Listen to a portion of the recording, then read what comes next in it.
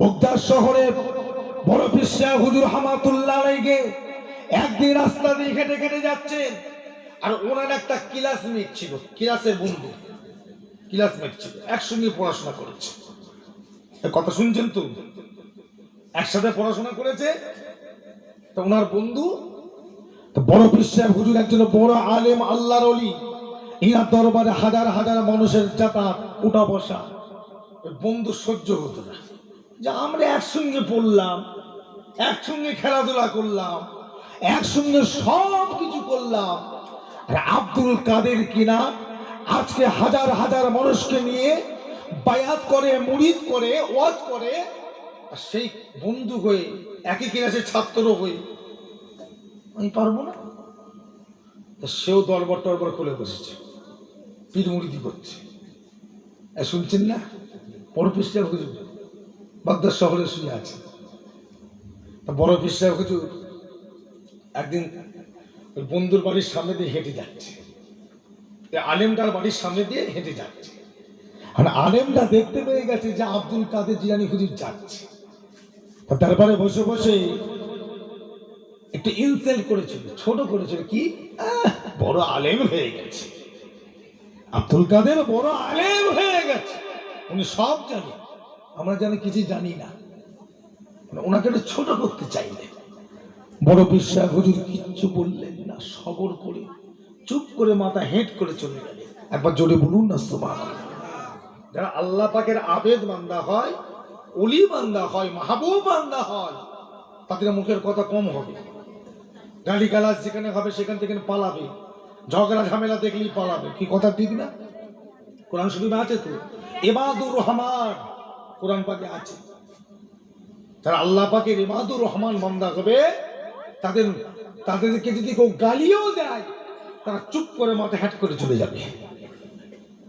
কেন? তারা একটাই জানে, আল্লাহ আমি যদি ঠিক থাকি আল্লাহ আপনি খুশি, আর আমার যদি ভুল হয় আল্লাহ সেটা আপনি কি জানেন। আল্লাহ আমি তো অন্যায় করিনি, এর বিচারটা আল্লাহ আপনি করে দেবেন। এটা ছিল তাদের মনোভাব, তাদের এটাই ছিল মনের খবর। তো বড় পীর সাহেব হুজুরাই, আপনারা ঘুমোচ্ছেন না কি বলুন তো? দুজন একজন, হ্যাঁ ভেতরে ভেতরে দুজন একজন ঘুমোচ্ছেন না কি?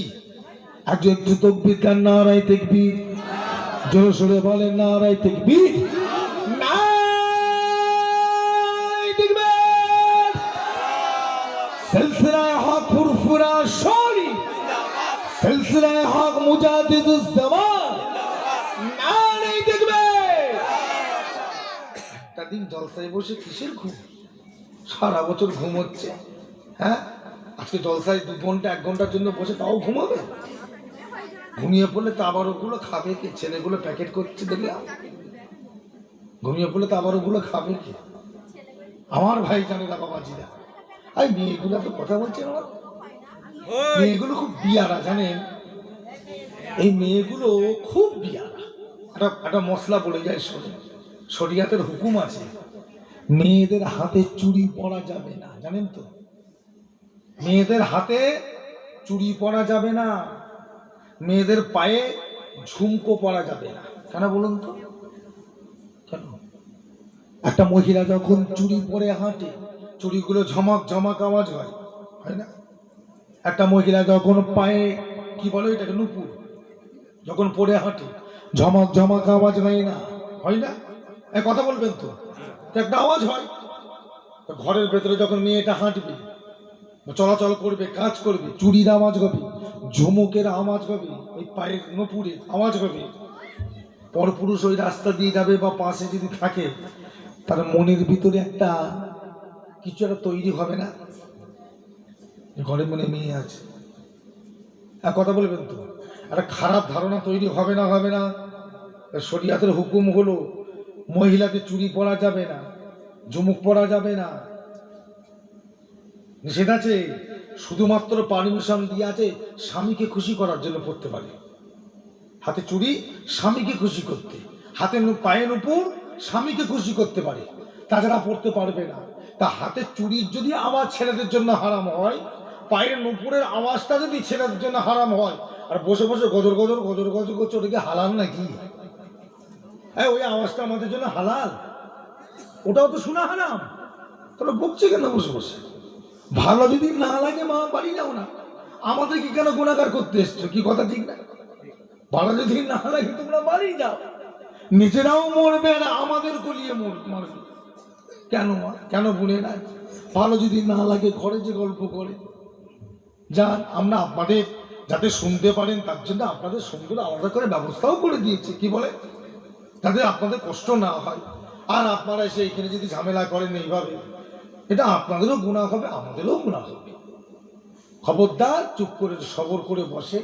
রাত্রি 12টা বাজে ভাই, এবার দোয়া করবো, আর বেশিক্ষণ লোবো না, অল্প সময়ের ভিতরে দোয়া করবো। কি আপনাদের অসুবিধা করছে নাকি? এই দোয়া করে দেবো, চুপ করে বসেন, কথা বলবেন না, সবাই সবর করে একটু বসে। তা বড় পীর সাহেব হুজুর রাস্তাতে চলে যাচ্ছে, বন্ধুটা এরকম বলেছে, মনটা খুব খারাপ লাগলো। যা কোনো প্রতিবাদ করলেন না, খালি আল্লাহকে বললেন, আল্লাহ আপনি এর বিচার করবেন, আর কিচ্ছু বললেন না। বন্ধুটা একদিন কোনো এক কাজে রাস্তা দিয়ে যাচ্ছে, যেতে যেতে হঠাৎ করে এমন একটা অজানা জায়গায়, অপরিচিত জায়গায় পৌঁছে গেল, আর রাস্তা খুঁজে পাচ্ছে না। এ মাথা ও মাথা করছে। কে? ওই বন্ধুটা যে ইনসাল্ট করেছিল, ছোট করেছিল বহুজুরকে, গিয়ে আর রাস্তা খুঁজে পাচ্ছে না। এ মাথা ও মাথা, এ মাথা ও মাথা করছে, পথ আর খুঁজে পাচ্ছে না। তো এ মাথা ও মাথা করতে করতে হঠাৎ করে দেখে সামনে একটা বিরাট বাড়ি। কার বাড়ি? অচেনা বাড়ি। কার বাড়ি? বাড়িটার সামনে দাঁড়িয়ে দাঁড়িয়ে এদিক ওদিক দেখতে দেখতে দেখে বাড়ির ছাদে একটা সুন্দরী যুবতী, হাকিম নওজোয়ান একটা মহিলা মেয়ে ছাদের উপরে দাঁড়িয়ে আছে। এখন এই যে মৌলানা, এই যে বন্ধু, আরে ছাদের দিকে দেখতে দেখতে মেয়েটার মুখটা দেখেছে, আর চোখ ফিরাতে পারছে না, একভাবে চেয়ে আছে। যে দেখতে দেখতে দেখতে দেখতে মনের ভিতরে একটা ভালোবাসা তৈরি হয়ে গেল। এই শুনছেন তো? আর ভালোবাসা তৈরি হয়ে গেছে। তো পুরুষটা, ছেলেটা থাকতে না পেরে মনের মধ্যে নিয়ত করে ফেললে, যা হবে হবে, বিয়ে তো করিনি, যদি বিয়ে করতে হয় তো একেই বিয়ে করবো। বিয়ে তো করিনি, যদি বিয়ে করতে হয় একেই বিয়ে করবো। এখন ওকে বিয়ে করতে গেলে তাহলে কি করতে হবে? ওর বাপ মায়ের সঙ্গে যোগাযোগ করতে হবে। ছেলেটা আস্তে আস্তে এক পা দুপা করে বাড়িতে সামনে গিয়ে ডাকছে, কেউ আছেন বাড়িতে? কেউ আছে? একজন পুরুষ মানুষ বেরিয়েছে। কে বাবা? কি খবর বাবা? না, আপনার সঙ্গে আমার একটা গোপন কথা আছে, আর পার্সোনাল কথা আছে। কি কথা বলো? বলছে এইভাবে বলা যাবে না, এটা আড়ালের দিকে চলে। বলে ছেলেটাকে ভিতরে নিয়ে গেছে। কি খবর বলো বাবা, কি কথা বলো বাবা? বলছে আপনার বাড়ির ছাদে একটা মেয়ে দেখলাম। মেয়েটা কে? বাবা আমার মেয়ে। একটা কথা বলবো? বলো। বলছে আমার খুব পছন্দ, আমি মেয়েটাকে বিয়ে করব। মেয়েটাকে আমি বিয়ে করব, বিবাহ করব। তখন মেয়ের বাপটা বলছে, বাবা তুমি তো মুসলমান দেখে মনে হচ্ছে, তোমার লেবাস, তোমার ব্যবহার দেখে মনে হচ্ছে তুমি তো মুসলমান। বাবা আমি তো মুসলমান নই বাবা, আমি তো খ্রিস্টান বাবা, আমি তো খ্রিস্টান। তা তুমি মুসলমান ছেলে হয়ে আর আমার খ্রিস্টান, আমি আমার মেয়েকে তোমার সঙ্গে কি করে বিয়ে দেবো? এটা তো হতে পারে না। হয় কোনোদিন? হতে পারে না। না হুজুর আমি বিয়ে করবো বাবা, আমাকে দিতেই হবে, আমার খুব পছন্দ। তার মেয়ের বাপ বলছে, না কোনো মতেই হয় না বাবা, তুমি একটা জাতির মানুষ, আমি একটা জাতির মানুষ, এটা তো কোনোদিন হয় না। ছেলেটা, যুবকটা এত পাগল হয়ে গেছে, ছেলেটা বলছে তাহলে আমাকে কি করতে হবে? আপনার মেয়েকে যে আমি বিয়ে করবো, তাহলে আমাকে কি করতে হবে? বলছে আমার মেয়েকে বিয়ে করতে গেলে তোমাকে আগে ইসলাম ধর্ম ছাড়তে হবে। জোরে পুরো নউজুবিল্লাহ। আমার মেয়েকে বিয়ে করতে গেলে তোমাকে কি করতে হবে? ইসলাম ধর্ম, তোমার ধর্ম ছাড়তে হবে, আমার ধর্ম গ্রহণ করতে হবে। আর কি করতে হবে? বলছে আমার ধর্ম যখন কোনো মানুষ গ্রহণ করে, অন্য ধর্ম থেকে আসে, যখন গ্রহণ করে সর্বপ্রথম তাকে শরীর গোস্ত আর মদ খেতে হবে। জোরে বলুন না নাউজুবিল্লাহ। কথা বুঝছেন না? শরীর গোস্ত আর মদ হচ্ছে খ্রিস্টান ইহুদিদের প্রধান খাদ্য। শরীর গোস্ত আর মদ ইহুদিদের প্রধান খাদ্য। ওই জন্য দেখবেন এদের ব্যবহার, চরিত্র, এদের চলনটা ঠিক শরীরের মতোই হয়। এদের ব্যবহার শরীরের মতোই হয়। নাই চিন্তা করে দেখেন, জার্মানি হিটলার বলে যে বাচ্চা ছিল 60,000 ইহুদিকে মেরে কচুকাটা করেছে। কত হাজার? 60,000 ইহুদিকে। 60,000, 660, এই 60,000 বলছি, 60 লক্ষ ইহুদিকে মেরে কচুকাটা করে ফেলেছে, পরিষ্কার করে দিয়েছে। তাম বিশ্ব থেকে একটা নিন্দার ঝড় গেছিল হিটলারের কাছে, যে হিটলার, তুমি একজন দেশের প্রধান হয়ে, তুমি একজন রাষ্ট্র প্রধান হয়ে তুমি এইভাবে কোনোদিন মানুষকে কোনো হত্যা করে মারতে পারো না। সবাই প্রতিবাদ করেছিল। তো হিটলার মনে দুঃখ করে বলেছিল, তাই আমি এদের মারছি বলে তোমাদের মায়া হয়? আচ্ছা, মানুষ মানুষকে মারলে মায়া হবে না? তা আমি এদেরকে মারছি বলে তোমাদের মায়া হয়? আমাকে তোমরা এক ঘরে করে দেবে, আমাকে তোমরা বাদ দিয়ে দেবে, আমার সঙ্গে তোমরা কোনো দেশ সম্পর্ক রাখবে না? বলছেন না, কোনো সম্পর্ক রাখবো না। ঠিক আছে, আমি কথা দিলাম আজকের পর থেকে আমি একটা ইহুদিকার হত্যা করব না। এই কিছু ইহুদি আছে, ওদেরকে বাঁচিয়ে রেখে দিলাম।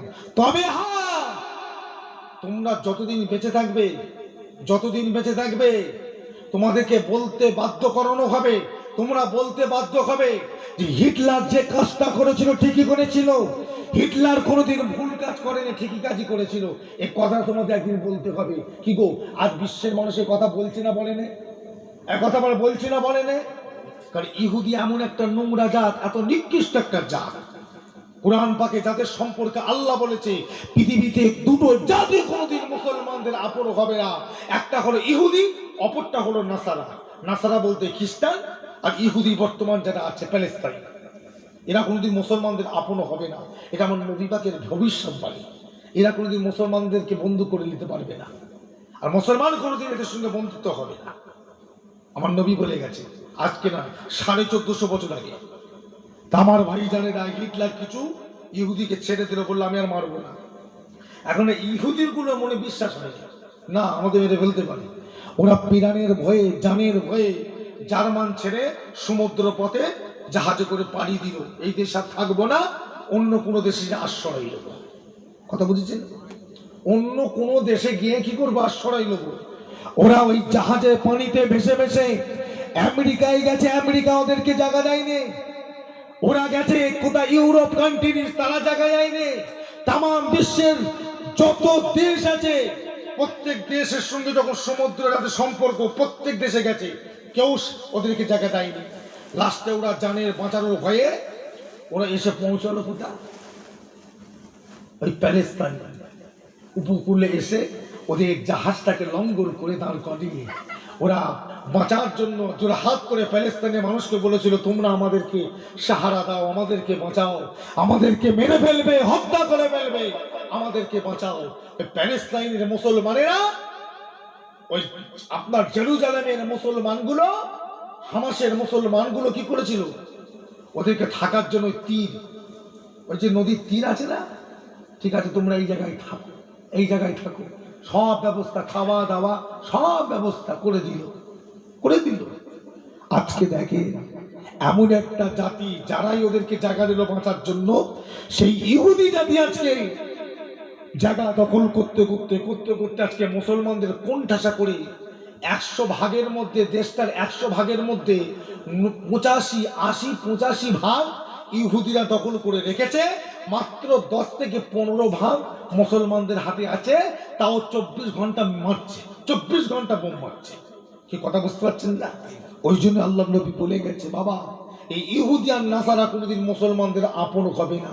এদের খসলত তার মতো হবে, সোরের মতো হবে। কারণ ওদের প্রধান খাদ্য হলো সোর, যদি বলুন নওজুবিল্লাহ, আর মদ। তো বাড়িওয়ালা বলছে, বাবা তা তোমাকে আমার মেয়েকে বিয়ে করতে গেলে কি করতে হবে? কথা বলে না, ইসলাম ধর্ম ছাড়তে হবে, আর আমার ধর্মে আসতে গেলে সর্বপ্রথম তোমাকে শরীর গোস্ত আর মদ। একটা কথা বলি শোনেন, মদ হারাম, ঠিক আছে, কিন্তু শরীর গোস্ত হারামের বাবা হারাম। কি কথা বুঝতে পারছেন না? মুসলমান অনেক আছে মদ খায়, নাউজুবিল্লাহ, আছে না, মদ খায়। আচ্ছা মুসলমান কোনদিন শরীর গোস্ত খায় শুনেছেন? এক কথা বলবেন তো? আমার শরীর গোস্তটা এতটা কঠিন হারাম, যখন কেউ শরীর গোস্ত খেয়ে ফেলে তার মধ্যে আমার আল্লাহ পাকের কোনো রহম দয়া তার মধ্যে আমার আল্লাহ থাকে না। জোরে বলুন নাউজুবিল্লাহ। মানে এত কঠিন নিকৃষ্ট হারাম। ছেলেটা রাজি হয়ে গেছে, ওই মেয়েটাকে বিয়ে করার জন্য রাজি হয়ে গেল। আমি ইসলাম ধর্ম ছাড়তে রাজি আছি, মদ আর শরীর গোস্ত খেতেও আমি রাজি আছি, কিন্তু মেয়েটাকে আমি বিয়ে করব। টেবিলের সামনে বসেছে, একটা বড় পাত্রে খাসি, এই কি বলে নজরুল্লাহ, শরীর গোস্ত আর একটা গিলাসের মদ। মেয়ের বাপ বসে আছে, খাও খাও, তারপরে তোমাকে আমার ধর্মের মন্ত্র পড়ে আমার ধর্মে আনবো, আগে খাও। যুবক ছেলেটা শয়তানের ধোকায় পড়ে মেয়েটাকে বিয়ে করার লোভে শরীর গোস্ত হাতে তুলে খেতে যাবে। আল্লাহু আকবার। বড় বিশ্বের হুজুর রহমাতুল্লাহ আলাইহি আমার আল্লাহ পাক গায়েবী মদতে জানিয়ে দিলে, এই আব্দুল কাদের, তোমার সঙ্গে যেই ছেলেটা বিয়াদবি করেছিল, যেই ছেলেটা তোমার মনে দুঃখ দিয়েছিল, তার জন্য তুমি মানে অখুশি হয়েছিলে, মনে দুঃখ নিয়েছিলে। এই আব্দুল কাদের শোনো, ওই ছেলেটা এই মুহূর্তে শরীর গোস্তর মদকে বেঈমান হয়ে যাচ্ছে। আব্দুল কাদের, তুমি ওকে মাফ করে দাও, ক্ষমা করে দাও, তুমি ওকে মাফ করে দাও, ক্ষমা করে দাও। বড় পীর সাহেব হুজুর চোখটা বন্ধ করে কাশপুর হালতে চলে গেলে দেখতে পাচ্ছে ছেলেটা, যুবকটা, বন্ধুটা শরীর গোস্ত খেতে যাবে। বড় পীর সাহেব হুজুর রহমাতুল্লাহ আলাইহি একটা পাত্র থেকে পানি নিয়ে হাতের মধ্যে ঢেলে বিসমিল্লাহ বলে চলে দিলেন। আল্লাহর হুকুমে এই পানিটা গিয়ে যখন যুবকের শরীরে মুখে পড়েছে, আমার আল্লাহ পাক যুবকটার মধ্যে আল্লাহর ভয়, আমার আল্লাহ পাক ওর মধ্যে ঈমানটা ফিরিয়ে দিলেন। একবার জোরে বলবেন না? সাথে সাথে দেখছে সর্বনাশ, আমি কি করছি, আমি কি ভুল করেছি, সর্বনাশ, কি করতে যাচ্ছিলাম। আমার ভাই জানেরা, ছেলেটা ঈমান বাঁচিয়ে বড় বিশ্বাস হুজুরের কাছে এসে ক্ষমা চাইলেন। একবার জোরে বলবেন না? এইগুলোকে বলা হয় মস্তান। মস্তান বলে না, এইগুলো হচ্ছে মস্তান। এই মস্তানগুলো কার মস্তান? জোরে বলে, আল্লাহর মস্তান। মস্তানি যদি হতে হয় এইরকম মস্তান। ওই মস্তানি দেখেছিল বেড়া চাপাই দিকে, তো মস্তানি দেখিয়েছিল। কেমন মস্তানি? লোহার বেড়ায় ফুল ফুটে গেছে, তাই না? ওগুলো হচ্ছে আল্লাহর মস্তান। ওর কার মস্তান? আল্লাহ পাকের মস্তান। একবার জোরে বলুন না সুবহানাল্লাহ। মস্তান যদি হতে হয় এইরকম মস্তান হয়, ওই সামান্য কানে দুল দিয়ে আর হাতে বালা পড়ে, গলায় চেন দিয়ে, পায়ে কালো কারে বেঁধে একটু বডি তৈরি করে মস্তানি। ও মস্তান না। তোমার মতো কত মস্তান বললাম না, বড় বড় মেডিকেলগুলো চলে যাও, আরজি করে চলে যাও, কলকাতা মেডিকেলে চলে যাও, চিত্তরঞ্জন চলে যাও, যে দেখে এসো তোমার মতন তোমার বয়সে কত মস্তান ওই পায়ের ভেতরে বড় বড় রড ভেড়ে নাচ দিয়ে স্ক্রু দিয়ে আর পা টেনে বেঁধে ঝুলিয়ে রেখে দিয়েছে। কেন? ওই তোমার মতন মস্তানি করতে গেছিল, আমার আল্লাহ কি করেছে? মস্তানি করিয়ে দিয়েছে। কি কথা ঠিক না ভুল বলছি? মস্তানি যদি করো শরিয়াতের জন্য করো, মস্তানি যদি করো আল্লাহর জন্য করো, মস্তানি যদি করো দ্বীনের জন্য করো, মস্তানি যদি করতে হয় আল্লাহ আল্লাহ রাসূলের জন্য মস্তানি করো। আমার আল্লাহ পাক পছন্দ করে, কবুল করে, আপনার সম্মানটা, আমার মস্তানিটা আমার আল্লাহ আরো উপরে করে দেবে। একবার জোরে বলবেন না? আমার ভাইয়েরা, বাবাজিরা, যাই হোক, মুক্তাসার করলাম, ভালো হন, চরিত্রবান হন, আখলাকবান হন, আখলাকে রসুল তৈরি হন, আখলাকে আউলিয়া তৈরি হন, হাক্কানি উলামায়ে কিরামদের মতো নিজের ঈমান আমাল, নিজের চরিত্রটাকে তৈরি করে আসে। আল্লাহ পাকের সামনে দাঁড়িয়ে নবীর উপরে সালাম পাঠ করব। সবাই আস্তে আস্তে বেলে উঠে দাঁড়ান, সবাই উঠে দাঁড়ান। ইয়া নবী,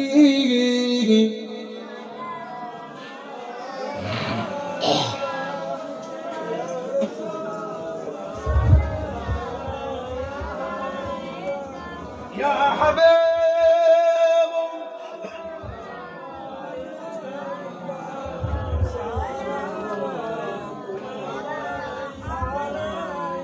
তালাল বাদরু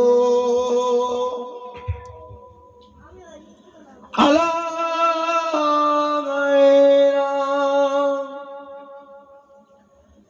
মিন সানিয়াতিন বিদায়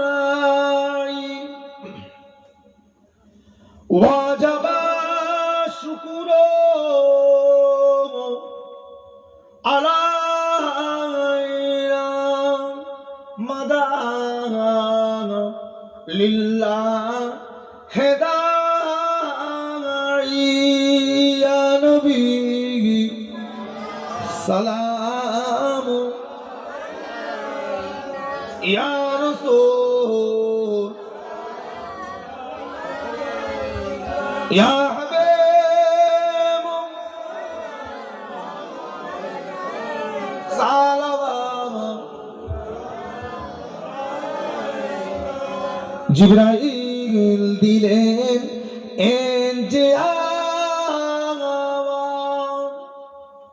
খুলে দাও আসমান আনের দোয়ার এসেছেন নবী ঈদের সারদা করিতেন আল্লাহ আরো দিদায় নবী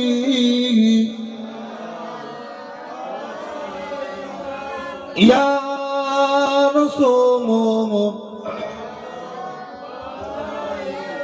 ইয়া হাবিব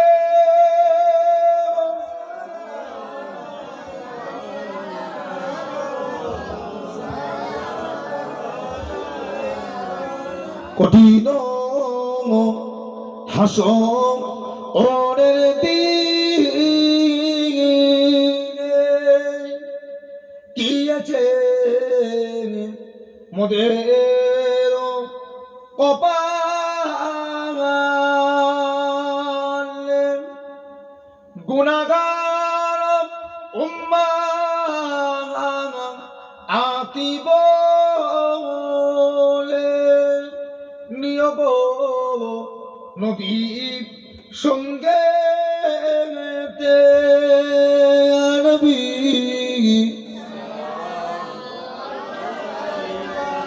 ইয়া রাসূল ইয়া হাবিব সালাম নবীজি রাব্বা আবুদুল্লাহ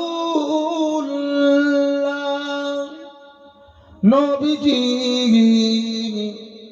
আম্মা আমেনা নবীজি দুদুমা হালিমা নবীজি রওজা সোনার মদিনা ইয়া নবী সালাম ইয়া রাসূল ইয়া হাবিব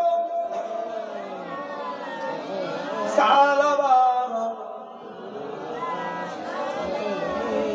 একটু আগে আগে এসে বসেন তো ভাই, একটু আগে আগে আসেন না, সামনের দিকে একটু আগে আগে এসে বসে এবারে বসে সামনের জায়গাগুলো পূরণ করে বসেন, সকলে পড়েন বালাগাল ওলা বিকামালিগি কাশাবাদ্দ জাবি জামালিগি হাসানাত জামিকু সালিগি সাল্লু আলাইকা ওয়ালিগি আল্লাহুম্মা সাল্লি আলা